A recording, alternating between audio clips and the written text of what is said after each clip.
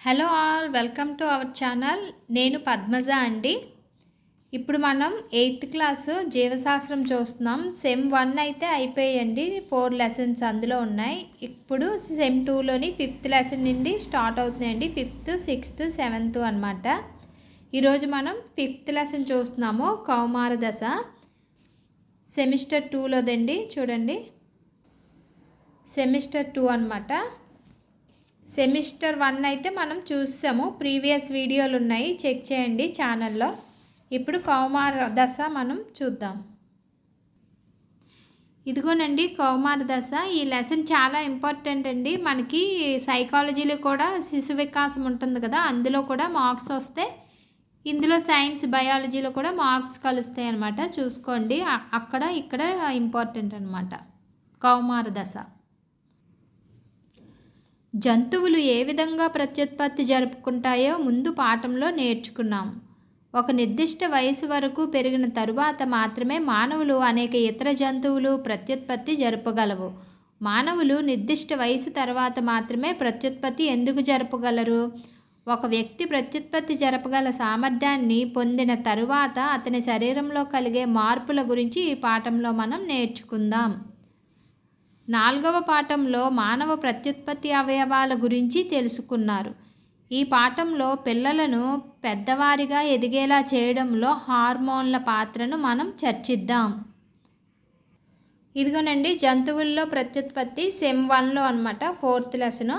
మనము పురుష జననేంద్రియము, పురుష ప్రత్యుత్పత్తి అవయవము, స్త్రీ ప్రత్యుత్పత్తి అవయవము చూసుకున్నాము. ఈ లెసన్లో అయితే మనము హార్మోన్ల పాత్రను మనం చర్చిద్దాం అనుందండి. చూడండి, కౌమార దశ యుక్త వయసు.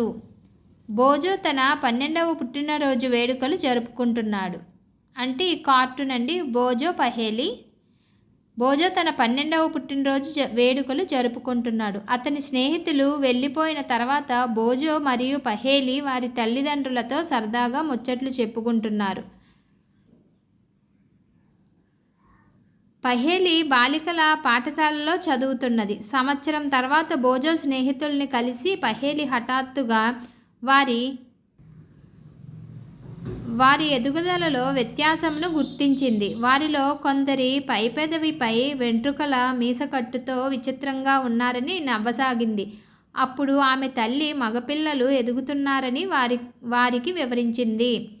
పహేలి అంటే ఈ పాప వాళ్ళ తమ్ముడు ఫ్రెండ్స్ని చూసి, వాళ్ళ తమ్ముడు ఫ్రెండ్స్ ఒక సంవత్సరం తర్వాత చూసింది, హాస్టల్ నుండి వచ్చి మీసాలు వస్తున్నాయని నవ్వుతుందంట.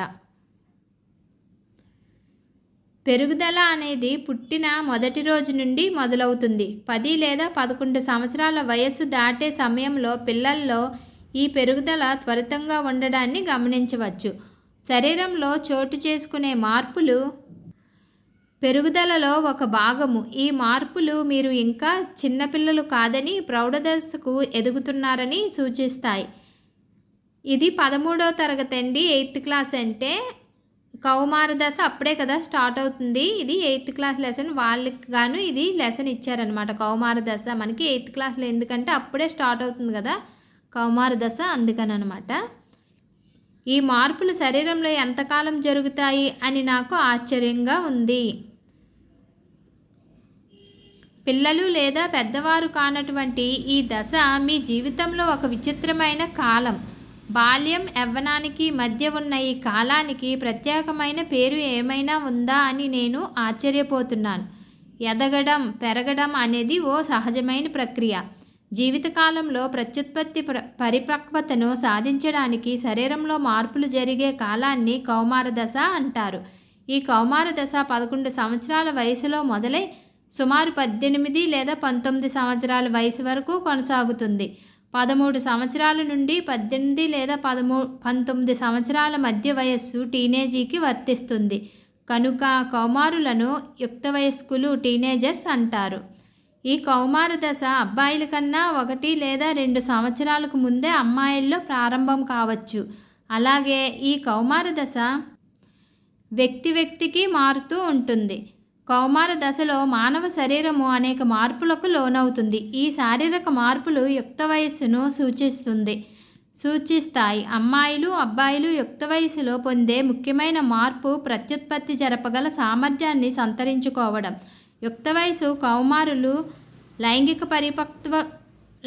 పరిపక్వతకు చేరినప్పుడు ముగుస్తుంది.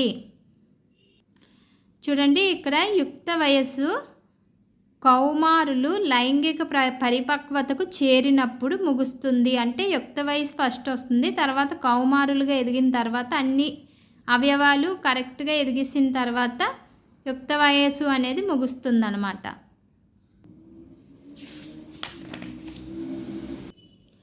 త్వరితంగా పొడవు పెరగడం, పెదవిపైన మీసకట్టు రావడం వంటివి అబ్బాయిలు యుక్త వయసుకు చేరారు అనే సంకేతాన్ని ఇస్తాయని పహేలి మరియు బోజోలు గ్రహించారు. యుక్త వయసులో చోటు చేసుకునే ఇతర మార్పుల గురించి కూడా వారు మరింతగా తెలుసుకోవాలి అనుకుంటున్నారు. యుక్త వయసులో వచ్చే మార్పులు. ఎత్తులో పెరుగుదల. యుక్త వయసులో హఠాత్తుగా ఎత్తు పెరగడం చాలా స్పష్టంగా కనబడే మార్పు. ఈ సమయంలో పొడవైన ఎముకలు అంటే చేతులు మరియు కాళ్ళలోని ఎముకలు పొడవు పెరగడం వల్ల ఆ వ్యక్తి ఎత్తుగా పెరుగుతాడు. ఇచ్చిన పట్టికలో బాలబాలికల వయస్సు ఆధారంగా ఉండవలసిన సగటు ఎత్తు పెరుగుదల రేటు వివరాలు ఉన్నాయి. 1వ గడిలో ఇచ్చిన వయస్సుకు అనుగుణంగా వారి సగటు ఎత్తుల శాతంను 2-3 గడులు తెలియజేస్తాయి. ఉదాహరణకు 11వ ఏట ఒక అబ్బాయి తన పూర్తి ఎత్తులో 81% ఎత్తుకు పెరగగలిగితే అదే వయసు గల అమ్మాయి తన పూర్తి ఎత్తులో 88 ఎత్తు పెరుగుతుంది. పట్టికలో ఇచ్చిన సమాచారం కేవలం అవగాహన కోసం మాత్రమే. అయితే ఎత్తు పెరుగుదల శాతంలో వ్యక్తుల మధ్య కొంత వ్యత్యాసం ఉండొచ్చు. పట్టికలో పొందుపరిచిన సమాచారాన్ని ఉపయోగించి మీ స్నేహితులు ఎంత ఎత్తు పెరగగలరో అంచనా వేయండి. మీ స్నేహితుల్లో ఎవరు అందరికన్నా ఎత్తుగా, ఎవరు అందరికన్నా పొట్టిగా ఉంటారో లెక్క కట్టండి. చూడండి, ఇక్కడ వయస్సు సంవత్సరాలలో మనకి ఇచ్చారు. అబ్బాయిల్లో 8వ వయసు కల్లా 72% పెరుగుతారు, అమ్మాయిలు అయితే 77% పెరుగుతారు. అమ్మాయిలు ఫాస్ట్గా పెరుగుతారని చెప్పారు కదండి ఇందాక. అమ్మాయిలే కొంచెం బేగా ఎదుగుతారనమాట వయసుకి. ఈ ఏటకి వీళ్ళు 72 పెరిగితే వాళ్ళు 77% పెరుగుతారు. వాళ్ళు ఎంత సైజు పెరగాలి అన్న దాంట్లో. సంపూర్ణ ఎత్తు సెంటీమీటర్లు లెక్కించుట కొరకు ఇక్కడైతే మనకు ఒక సూత్రం ఇచ్చారండి. ప్రస్తుత ఎత్తు సెంటీమీటర్లో ప్రస్తుత వయసు గరిష్ట ఎత్తు శాతము ఇంటూ 100 అనమాట. పట్టికలో ఇచ్చినట్టు. ఉదాహరణ, ఒక అబ్బాయి వయసు 9 సంవత్సరాలు, అతని ప్రస్తుత ఎత్తు 120 సెంటీమీటర్లు. పెరుగుదల. చివరి దశకు అతని ఎత్తును కింది విధంగా లెక్క కట్టవచ్చు. 120/75 ఇంటూ 100 సెంటీమీటర్లు. 160 సెంటీమీటర్లు ఎత్తు పెరుగుతారు. 75 అని ఎందుకు ఇచ్చారంటే చూడండి, ఇక్కడ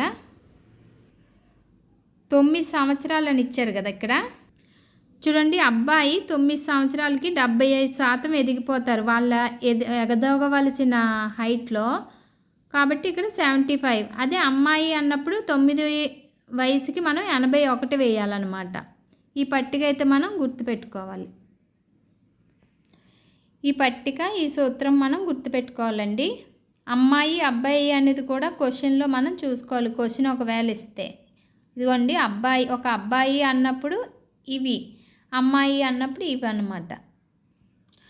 గ్రాఫ్ సహాయంతో కూడా వాళ్ళు ఎంత ఎత్తు పెరుగుతారో కనిపెట్టవచ్చని ఇక్కడ ఒక గ్రాఫ్ ఇచ్చారండి.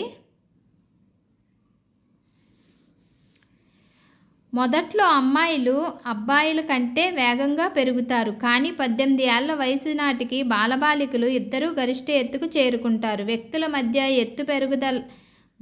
మధ్య ఎత్తు పెరుగుదల శాతంలో కొంత వ్యత్యాసం ఉండవచ్చు. యుక్త వయసులో కొందరి పెరుగుదల వేగంగా ఉండి క్రమంగా మందకోడిగా సాగుతుంది. అలాగే కొందరిలో ఎదుగుదల ఒక క్రమ పద్ధతిలో జరుగుతుంది. కొంతమంది ఫాస్ట్గా పెరిగేస్తారంట, కొంతమంది స్లోగా పెరుగుతారనమాట. నేను ఎత్తు పెరిగినప్పటికీ నా ముఖం నా శరీరంతో పోల్చుకుంటే చిన్నదిగా కనబడుతుంది అని నేను కంగారు పడ్డాను. పహేలి కంగారు పడాల్సిన అవసరం లేదు. శరీరంలో అన్ని భాగాలు ఒకే రీతిలో అభివృద్ధి చెందవు. కౌమారుల్లో శరీర పరిమాణంతో పోల్చుకుంటే కొన్నిసార్లు కాళ్ళు మరియు చేతులు కాస్త ఎక్కువ పరిమాణంలో ఉన్నట్టు కనిపిస్తాయి. అయితే కొంతకాలానికి మిగతా శరీర భాగాలు పెరగడం వల్ల చేతులు, కాళ్ళు శరీర పరిమాణానికి తగ్గట్టుగా కనబడతాయి. ఒక వ్యక్తి ఎత్తు కుటుంబంలోని కొందరు సభ్యులతో ఇంచుమించు సమానంగా ఉండడాన్ని మీరు గమనించి ఉంటారు. దీనికి కారణం ఎత్తు అనే లక్షణం తల్లిదండ్రుల నుండి జన్యువుల ద్వారా వంశపారంపర్యంగా పిల్లలకు సంక్రమిస్తుంది. ఏదేమైనా ఎదుగుతున్న దశలో సరైన ఆహారం తీసుకోవడం చాలా ముఖ్యం. ఇది ఎముకలు, కండరాలు మరియు శరీరంలోని ఇతర భాగాల పెరుగుదలకు అవసరమయ్యే పోషణ అందించడంలో సహాయపడుతుంది. కౌమారుల పోషక అవసరాల గురించి తరువాత పాఠంలో చర్చించడం జరుగుతుంది. మంచి ఆహారం తీసుకోవాలి అంటున్నారు. మళ్ళీ మనకి వంశపారంపర్యంగా వచ్చే జన్యువుల ఆధారంగా కూడా హైట్ పెరుగుతాం అన్నమాట. శరీర ఆకారంలో మార్పులు. కింది తరగతుల్లోని అబ్బాయిల కంటే మీ తరగతిలోని అబ్బాయిలకు వెడల్పైన భుజాలు, విశాలమైన ఛాతీ ఉండడాన్ని మీరు గమనించారా? ఎందుకంటే యుక్త వయసుకు చేరిన పిల్లల్లో భుజాలు సాధారణ పెరుగుదల మూలంగా వెడల్పు అవుతాయి. అమ్మాయిల్లో నడుము కింది భాగము వెడల్పు అవుతుంది. అంటే వీళ్ళ కింది తరగతులు అంటే వీళ్ళు 8th క్లాస్ కాబట్టి 7th 6th వాళ్ళకి ఇంకా వాళ్ళలో పరిపక్వత చెందరు. వీళ్ళు పరిపక్వత చెందుతారు కాబట్టి వెడల్పైన భుజాలు, విశాలమైన ఛాతీ, నడుము, అమ్మాయిలకి నడుము కింది భాగం వెడల్పు అవుతుంది అని చెప్తున్నారు. అమ్మాయిల్లో కన్నా అబ్బాయిల్లో కండరాలు దృఢంగా పెరుగుతాయి. ఈ విధంగా కౌమార దశలోని బాలబాలికల్లో జరిగే మార్పులు భిన్నంగా ఉంటాయి. కంఠస్వరంలో మార్పు. మీ తరగతిలో కొంతమంది బాలురల్లో కొన్నిసార్లు బొంగురు గొంతు ఉండడాన్ని గమనించారా? యుక్త వయసులో శబ్దపేటిక లేదా స్వరపేటిక పెరగడం ప్రారంభమవుతుంది. చూడండి, శబ్దపేటిక అన్న స్వరపేటిక అన్న ఒకటే. యుక్త వయసులో శబ్దపేటిక లేదా స్వరపేటిక పెరగడం ప్రారంభమవుతుంది. బాలురలో స్వరపేటిక పెద్దదిగా ఉంటుంది. గొంతు భాగంలో ఉబ్బెత్తుగా చొచ్చుకొని పెరిగే నిర్మాణాన్ని ఆడమ్స్ యాపిల్ అంటారు. ఇది చూడండి ఇంపార్టెంట్. ఆడమ్స్ యాపిల్ గొంతు దగ్గర బాయ్స్కి ఎత్తుగా ఉంటుందన్నమాట. అమ్మాయిల్లో స్వరపేటిక పరిమాణం చిన్నదిగా ఉండడం వల్ల బయటికి స్పష్టంగా కనబడదు. సాధారణంగా కంఠస్వరం అబ్బాయిల్లో బొంగురుగాను, అమ్మాయిల్లో అధిక కీచుదనం కలిగి ఉంటుంది. కౌమార దశలోని బాలురుల్లో కొన్నిసార్లు స్వరపేటికలోని కండరాల పెరుగుదల వల్ల గొంతు బొంగురుగా మారుతుంది. గొంతు సాధారణ స్థితికి రావడానికి కొన్ని రోజులు లేదా కొన్ని వారాలు పట్టవచ్చు. 8th క్లాస్ చదివే పిల్లల్లోని గొంతు బొంగురుగా ఉంటుందంటండి. ఎందుకంటే అక్కడ కండరాలు పెరుగుతూ ఉంటాయంట ఆ వయసులో. అందువల్ల వాళ్ళకి బొంగురు వస్తుంది. కొన్ని రోజుల తర్వాత మళ్ళీ నార్మల్ అయిపోతుందంట. సాధారణ స్థితికి రావడానికి కొన్ని రోజులు లేదా కొన్ని వారాలు పడుతుంది. ఇదిగోనండి ఆడమ్స్ యాపిల్. నా తరగతిలో చాలామంది విద్యార్థుల గొంతు బొంగురుగా ఉంది. అలా ఎందుకు ఉందో ఇప్పుడు నాకు అర్థమయ్యింది. స్వేద గ్రంథులు, సెబేషియస్ గ్రంథులు క్రియాత్మక పెరుగుదల.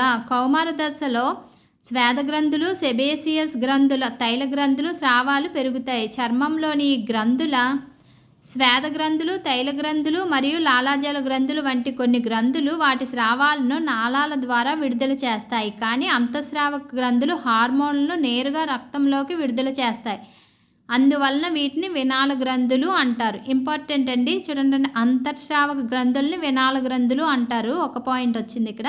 స్వేద గ్రంథులు, తైల గ్రంథులు, లాలాజల గ్రంథులు వంటి కొన్ని గ్రంథులు వాటి స్రావాలను నాళాల ద్వారా విడుదల చేస్తాయి. ఇవన్నీ మనకి బహిర్గతంగా వస్తాయి. స్వేదం అనేది, తైలం అనేది, లాలాజలం అనేది.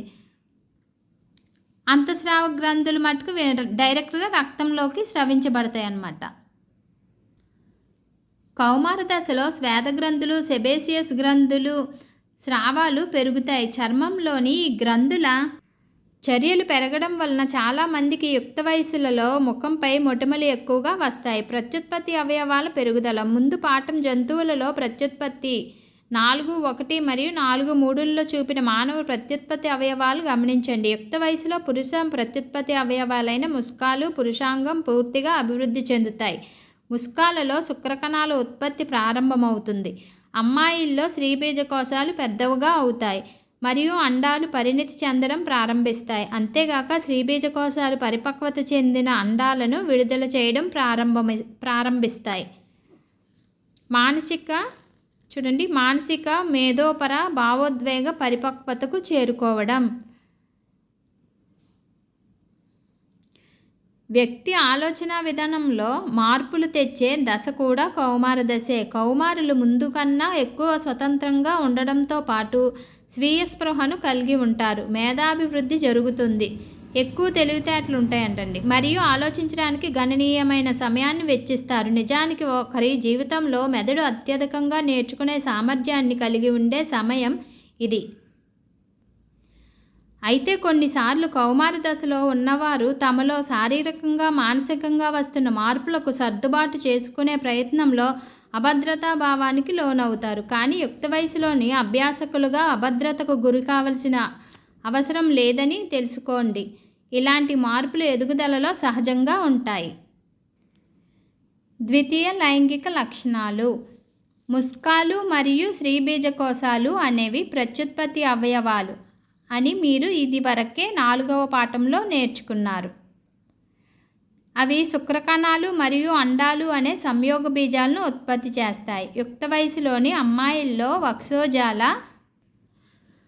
వక్షోజాల ఎదుగుదల కనిపిస్తుంది. అబ్బాయిల ముఖంపై వెంట్రుకలు పెరుగుతాయి, అనగా మీసాలు గడ్డాలు రావడం మొదలవుతుంది. అమ్మాయిలను మరియు అబ్బాయిలను గుర్తించడానికి ఉపయోగపడే ఈ లక్షణాలను ద్వితీయ లైంగిక లక్షణాలు అంటారు. చూడండి, ఇంపార్టెంట్. అబ్బాయిల ఛాతీపైన కూడా రోమాలు పెరగడం మొదలవుతుంది. అమ్మాయిలు మరియు అబ్బాయిల చంకలలో, తొడలపై భాగంలో లేదా జననాంగాల దగ్గర రోమాలు వస్తాయి. యుక్త వయసులో ఈ మార్పులకు ఏది కారణం అవుతుందో బోజో మరియు పహేలీలు తెలుసుకోవాలనుకుంటున్నారు. కౌమార దశలో జరిగే ఈ మార్పులను హార్మోన్లు నియంత్రిస్తాయి. హార్మోన్లు రసాయనిక పదార్థాలు. హార్మోనులు అనేవి రసాయనిక పదార్థాలు. ఇవి అంతఃస్రావి గ్రంథులు, వినాల గ్రంథులు. ఆల్రెడీ ఇందా చెప్పుకున్నాం కదండి. అంతఃస్రావి గ్రంథులను వినాల గ్రంథులు అంటారు, లేదా అంతఃస్రావి వ్యవస్థ విడుదల చేసే స్రావాలు, హార్మోన్లు అనమాట. యుక్త వయసు చేరే సమయానికి అబ్బాయిల్లో ముస్కాలు, పురుష హార్మోను లేదా టెస్టోస్టెరాన్ను స్రవిస్తాయి. మీరు ఇదివరకే నేర్చుకున్నట్లుగా ఈ హార్మోను బాలురలలో మార్పులను కలుగజేస్తుంది. ఉదాహరణకు అబ్బాయిల ముఖంపై వెంట్రుకలు రావడం, అమ్మాయిలు కౌమార దశకు చేరుకోగానే వక్షోజాలు పెరగడం అనే మార్పుకు కారణమైన స్త్రీ హార్మోను లేదా ఈస్ట్రోజన్ స్త్రీ బీజకోశాలు ఉత్పత్తి చేయడం ప్రారంభిస్తాయి. వక్షోజాలలో పాలను స్రవించే గ్రంథులు లేదా క్షీరగ్రంథులు అభివృద్ధి చెందుతాయి. ఈ హార్మోన్ల ఉత్పత్తి అంతఃస్రావి గ్రంథి అయిన పీయూష గ్రంథిచే స్రవించబడే మరొక హార్మోన్ నియంత్రణలో ఉంటుంది. వక్షోజాలు పెరగడం అనేది ఈస్ట్రోజన్ను ప్రేరేపిస్తుందండి. వక్షోజాలు అనే బాహ్య పెరుగుదల కాబట్టి ఈస్ట్రోను ప్రేరేపిస్తుంది. లోపల ఉండే క్షీరగ్రంథులు అభివృద్ధి చెందడం అనేది ఎలా జరుగుతుందంటే అంతఃస్రావి గ్రంథి అయిన పీయూష గ్రంథిచే స్రవింపబడే మరొక హార్మోన్ నియంత్రణలో ఉంటుంది. మనకి క్షీరగ్రంథులు అనేవి యాక్టివ్ అవ్వాలంటే పీయూష గ్రంథిచే స్రవించబడే హార్మోన్ యాక్టివ్ చేస్తుంది క్షీరగ్రంథుల్ని. వక్షోజాలు పెరగడం బయటన బాహ్యంగా పెరిగినప్పుడు ఇది స్త్రీ హార్మోన్ అయిన ఈస్ట్రోజన్ యాక్టివ్ చేస్తుంది. ప్రత్యుత్పత్తి ప్రక్రియను ప్రేరేపించడంలో హార్మోన్ల పాత్ర. అంతఃస్రావ గ్రంథులు హార్మోన్లను నిర్దేశిత లక్ష్య స్థానమును చేర్చడానికి రక్త ప్రవాహంలోనికి విడుదల చేస్తాయి. అంతఃస్రావ గ్రంథులు హార్మోనులను నిర్దేశిత లక్ష్య స్థానమును చేర్చడానికి రక్త ప్రవాహంలోనికి విడుదల చేస్తాయి. ఆ లక్ష్య స్థానం హార్మోన్కి స్పందిస్తుంది. మన శరీరంలో చాలా అంతఃస్రావ గ్రంథులు లేదా వినాల గ్రంథులు ఉన్నాయి. ముస్కాలు మరియు స్త్రీబీజకోశాలు లైంగిక హార్మోన్లను స్రవిస్తాయి. ఈ హార్మోన్లు స్త్రీ మరియు పురుషుల్లో ద్వితీయ లైంగిక లక్షణాల అభివృద్ధికి కారణమని మీరు ఇంతకు ముందే చదివారు కదా. ఇంకనూ లైంగిక హార్మోన్లు పీయూష గ్రంథి పిట్యూటరీ స్రవించే హార్మోన్ల నియంత్రణలో ఉంటాయి. పీయూష గ్రంథి అనేక హార్మోన్లను స్రవిస్తుంది. వాటిలో ఒకటి స్త్రీ బీజకోశాల్లో అండాలు పరిపక్వత చెందేలా పీయూష గ్రంథి హార్మోనులు ముస్కాలను మరియు స్త్రీ బీజకోశాలను ఉత్తేజపరిచి టెస్టోస్టెరాన్ను పురుషులలో, ఈస్ట్రోజన్ స్త్రీలలో విడుదల చేస్తాయి.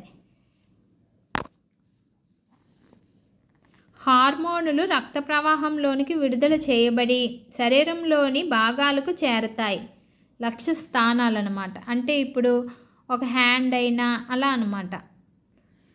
యుక్త వయసు రాగానే ఈ హార్మోన్లు శరీరంలో జరిగే మార్పులను ఉత్తేజితం చేస్తాయి.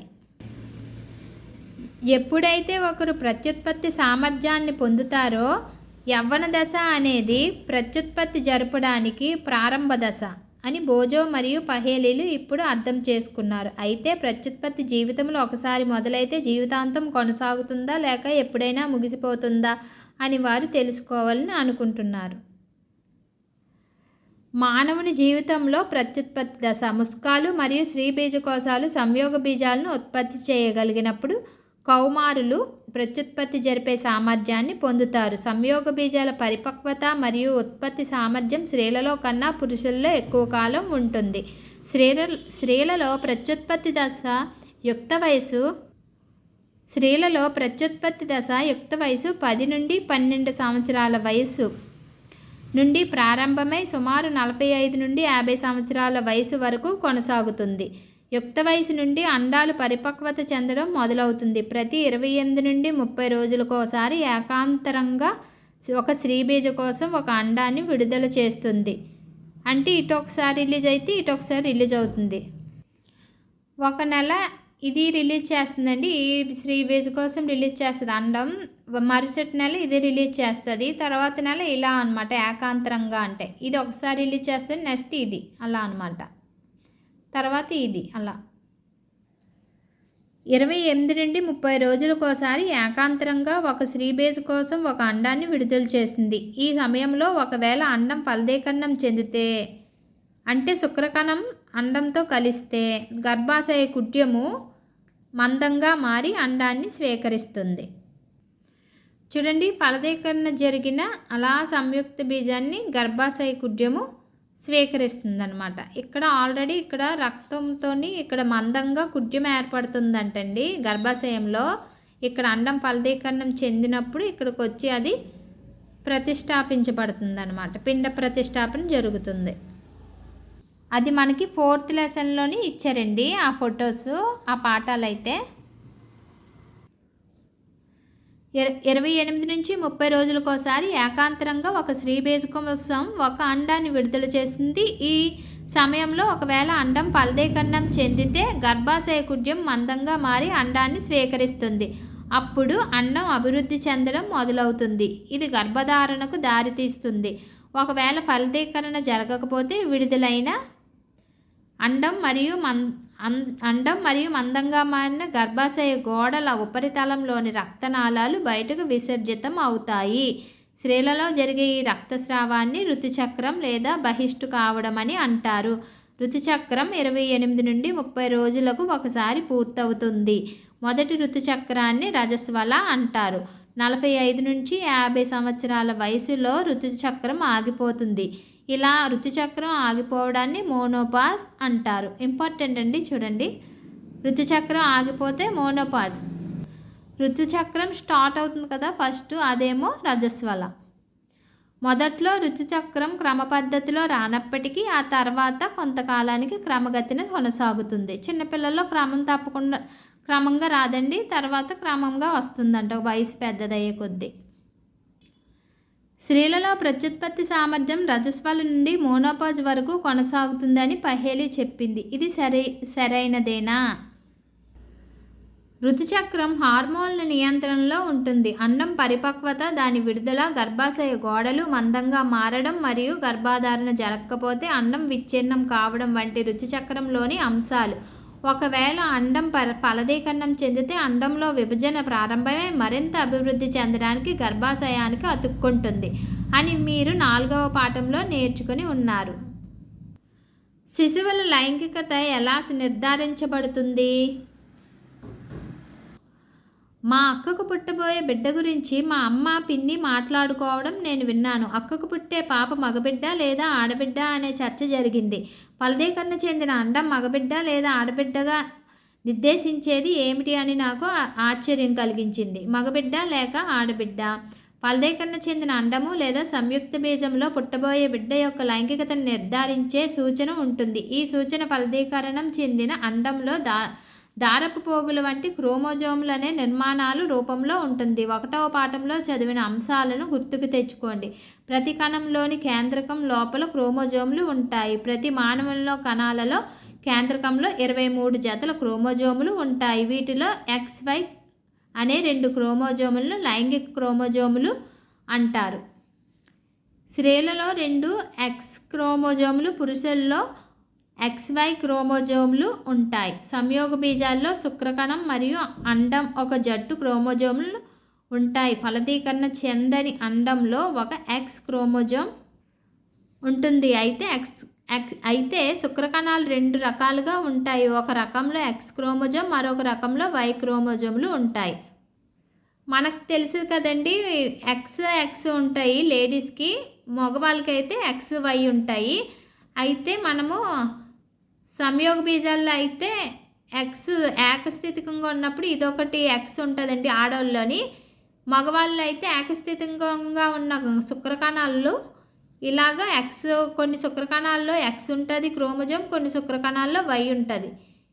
ఇది ఆడవాళ్ళ నుంచి ఎప్పుడైనా Xే వస్తుంది. మగవాళ్ళ నుండి వచ్చిన వాటి వల్లే మనకి ఆడపిల్ల పుట్టిందా మగపిల్ల పుట్టిందో తెలుస్తుంది కదా. X కలిస్తే ఆడపిల్ల, Y కలిస్తే మగపిల్లడు పుడతాడు. కాబట్టి ఆడపిల్ల మగపిల్ల అని తెలియజేసేది మగవాళ్ళ క్రోమోజోముల వల్లే.